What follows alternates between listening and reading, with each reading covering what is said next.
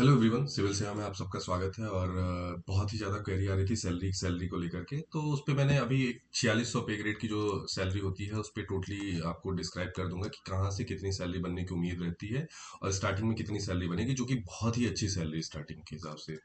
आप अगर आएंगे तो आपको सैलरी की दिक्कत एटलीस्ट नहीं आने वाली है। ठीक है, तो चलिए बात कर लेते हैं। उससे पहले मैं एक रिक्वेस्ट करूंगा कि आप चैनल को सब्सक्राइब कर लिया करिए, क्योंकि लोग देखते तो हैं लेकिन सब्सक्राइबर रेट 1 to 2% रहता है।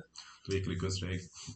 चलिए बात करते हैं। देखिए, बेसिक ये पुरानी सैलरी है, एक आइडिया के लिए मैंने रख दिया था, और एक ये कॉन्सेप्ट होता है कि कितना सैलरी। तो अब देखिए इसमें क्या इंक्रीमेंट आया है। एचआरए अब एक्स सिटी में 30% हो गया है, 20% हो गया है आपका वाई सिटी में, और जेड सिटी में हो गया है 10%। ठीक है, डीए आपका इस समय 50% चल रहा है। तो अब उसके हिसाब से सैलरी कैलकुलेट करेंगे। देखिए बेसिक सैलरी कितनी है 4600 पे ग्रेड पे, और ये कोई भी कैलकुलेट कर सकता है। ये इसलिए मैं देखिए कोई भी सैलरी स्लिप लाके किसी से आपको यहाँ पे डाल देता, बहुत सारे लोग हैं पहचान, लेकिन उससे कोई फायदा नहीं होता बेसिकली, क्योंकि आप कैलकुलेट नहीं कर पाते, क्योंकि उनकी 2 साल की सर्विस हो गई है, उनके डीए अलग हो चुके हैं, उनके अलाउंसेस अलग हो चुके हैं, आप उनकी बेसिक में इंक्रीमेंट आ चुके हैं। बट आपकी बेसिक्स में अभी नहीं आएंगे ना स्टार्ट में, तो स्टार्ट के हिसाब से चीजें बताना, आपको कैलकुलेशन आना चाहिए बेसिकली।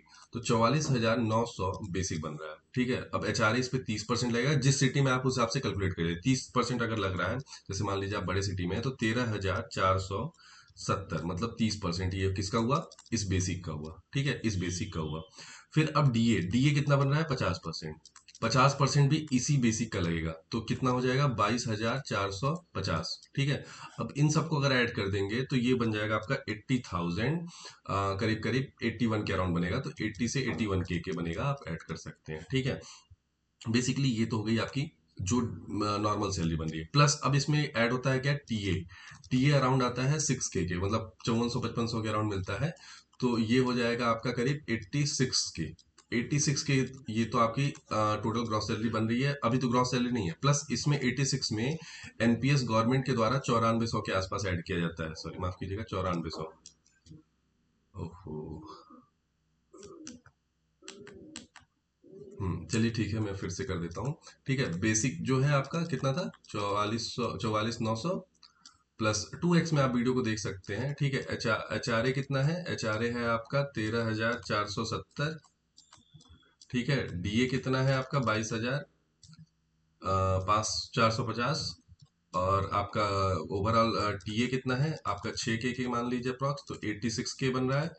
86 के बाद आपको 9400 रुपए का एनपीएस जो गवर्नमेंट के द्वारा ऐड किया जाता है वो ऐड होगा।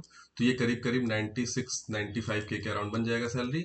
तो ओवरऑल जो सैलरी आपकी बन रही है वो करीब करीब 12 एलपीए के अराउंड बन रही है, 12 लाख एलपीए के अराउंड। ठीक है, प्लस अगर आपका ईडी है, ठीक है, ईडी सीबीआई या फिर क्या बोलते हैं आईबी, ये 3 डिपार्टमेंट है। इन तीनों डिपार्टमेंट में अगर आपका है तो ऑब्वियसली है आपको 13 मंथ की पहले तो सैलरी मिलेगी। तो इट मीन्स कि ये आपका एलपीए 13 लाख का हो जाएगा। ठीक है, एलपीए 13 लाख का हो जाएगा।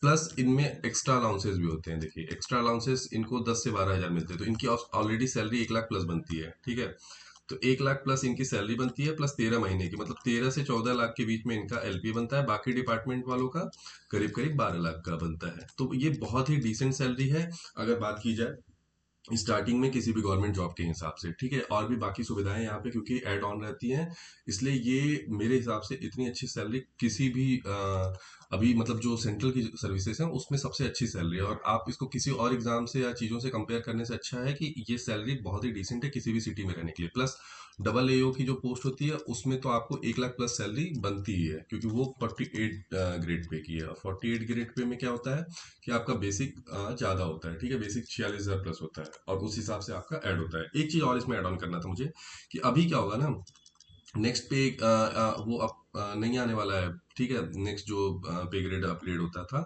10 साल पे, वो नहीं आने वाला है।